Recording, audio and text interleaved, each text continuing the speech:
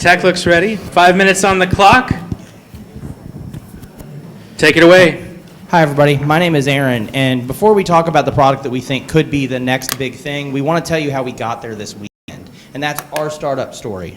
We're CompassioNote, and at CompassioNote, one of our team members owned a business, and he had a problem. He had an ex-employee that had worked there 15, 20 years, passed away 2 years before he found out. And he said, if I would have known, I would have sent him cards, I would have done something for him to show him, because I care about my employees, even the ones that don't work here anymore. And so we set out to find, do other people have that problem?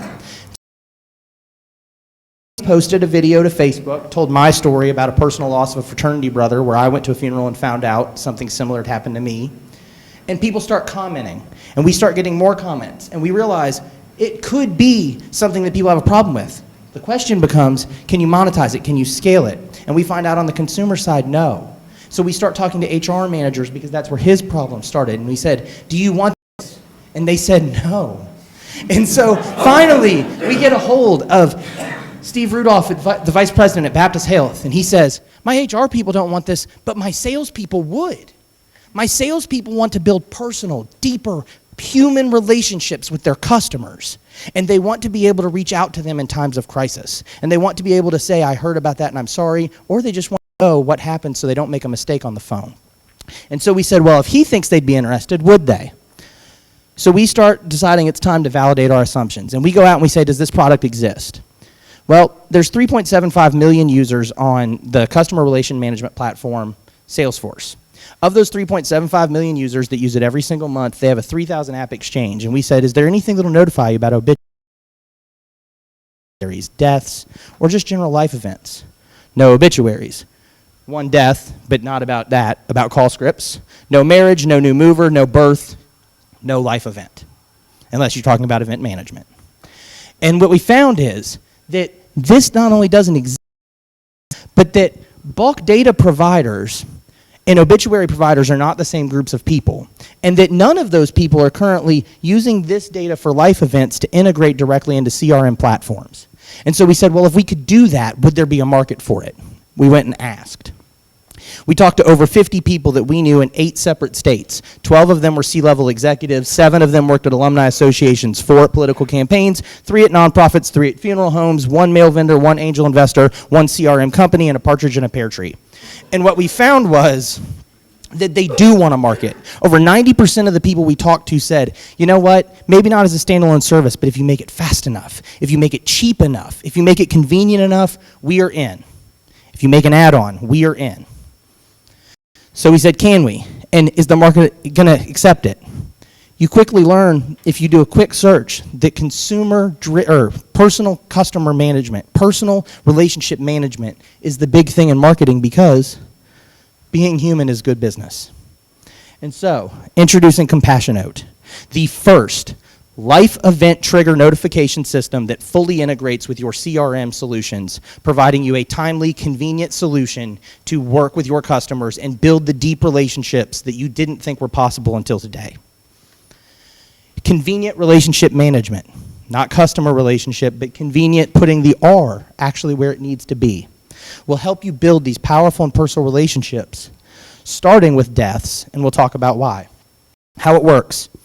Each day, we take the bulk obituary data, we scrape it, we buy it, and then we go to your database. We integrate directly in your CRM, and we check to see if you have any people that match up in the database. And if we do, we pull the obituary, and then we use a matching algorithm and context clues to try and determine, is this the right person? Is this John Smith, the John Smith I'm looking for? When it comes back and it says yes, to any degree of certainty, we go to you and we say, we think we have a match. It pops up, it says, we have a match. You might want to check to see if this is going on. We're not going to give you a situation where we say it is, but you might want to check. You go to the website, you can also put names in and track them if you wanted to know for a consumer model. We've had 9 people sign up to do this, 4 of whom have paid over the weekend. It's live right now. We have 77 people since we've been sitting here in the last 4 hours that like Facebook.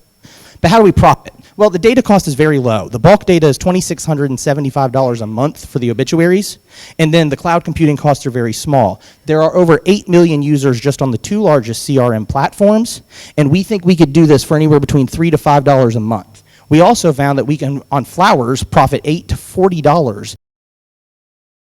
every flower sale on the back end and 25 cents for every card by facilitating that transaction if you want to send it in one click through your CRM. But what we really found is, how do we grow? Well, expanded data offerings. We believe birth and marriage would be possible with some work. Give it up for CompassioNote. Now, if fun might eat in the wings, I leave CompassioNote to the judges for 3 minutes.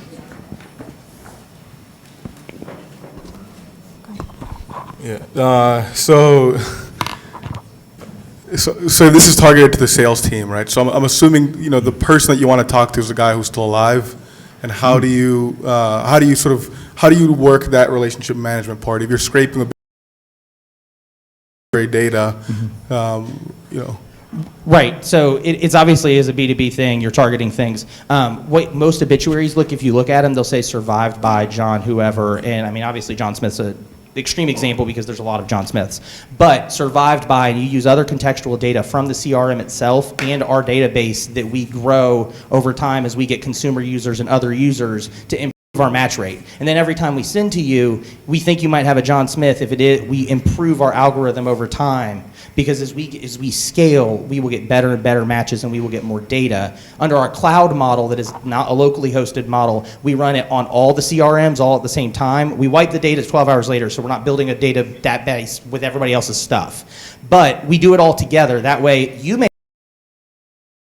know that somebody was in a fraternity, but you may have the address and you may know they were in a fraternity, and we can realize that together, because they mentioned it in the obituary, that that's the same person. Yeah, just to build on that, interesting idea, but interesting that you landed on sales folks, and I like how you found that, but it's curious why you chose sales people to go after first versus maybe marriage or birth, because I mean, to your point, you're going back to your contact that you were selling into, and they're not there. So what's the value prop for a salesperson outside of? We talked to sales, nonprofits, and politics, and they all had the same response, which is major donors are important customers and personal-driven businesses. If their family member passes on, your contact may not be the person that died. It may be their wife, it may be their son, their mother, their father, someone else. You can be there for them in that time, but the reason we wanted to start with deaths is because it's substantially cheaper and easier to scale to become revenue positive while you work on the other areas. And so we start there and we add additional data points was the business plan.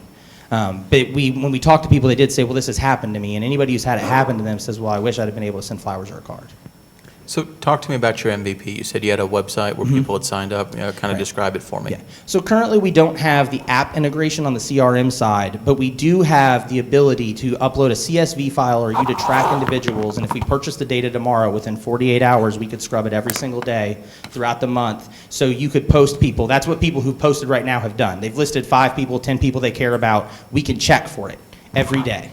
I think Carter wants to talk more about that. We have 3 developers on our team and a lawyer and a business guy. So we just happen to have a fantastic team of people who talk to a lot of people to figure out, including Marty, who really wanted it for his politics. Sorry, was this all built this weekend, or were you working on it before? Go We ahead. did not know where the idea was to where it is now. It's amazing how much we learned over the weekend.